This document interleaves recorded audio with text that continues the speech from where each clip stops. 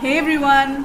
For today's video, we wanted to share a section from the blog post that we just refurbished on the Krya website. This blog post has been a top performing blog post, and this is called the Complete Guide to an Ayurvedic Abhyanga Massage. The Abhyanga is a very important part of the Ayurvedic Dinacharya. The Ayurvedic Dinacharya are a set of wellness practices which we're supposed to do every single day for good health. The Abhyanga Snana is a very integral part of life in India from very ancient times. It's also woven into our cultural fabric and forms a part of our important festivals like Deepavali.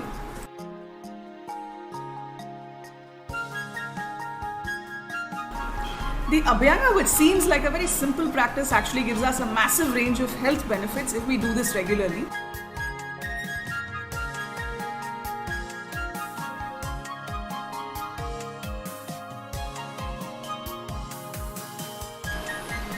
For example, the Charaka Samhita tells us that the body of somebody who does a regular Abhyanga is not affected easily by accidents or strenuous physical work.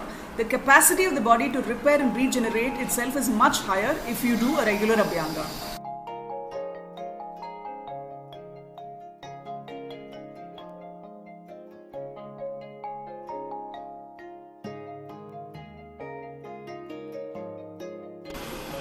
So what should you keep in mind and how should you get ready to do your Abhyanga massage?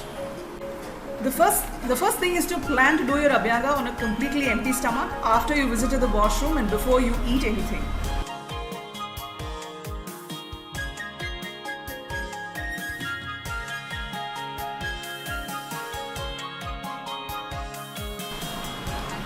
It's preferable to do your Abhyanga in the morning.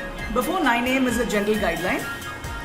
You would need to use a separate Abhyanga oil for your body and a separate hair oil for hair and scalp. You cannot use the same product for both. If you're using a properly prepared Abhyanga oil, there is no need to heat it before every use, but on cold days you can warm it in a double boiler.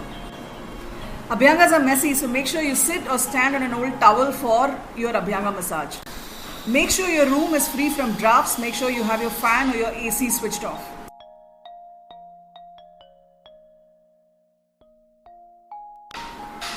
If you work out regularly, then you can do your Abhyanga on your rest days.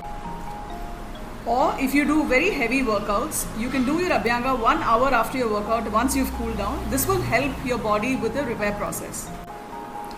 I hope you found these basic setup suggestions useful to plan your Abhyanga. No. Consider this your weekend Abhyanga reminder. Do make the time to do an Abhyanga this weekend and do let us know how your practice went on Monday. I hope you found this video enjoyable and useful. To support us, please click on the bell icon to receive notifications of our upcoming videos. Thank you so much for watching.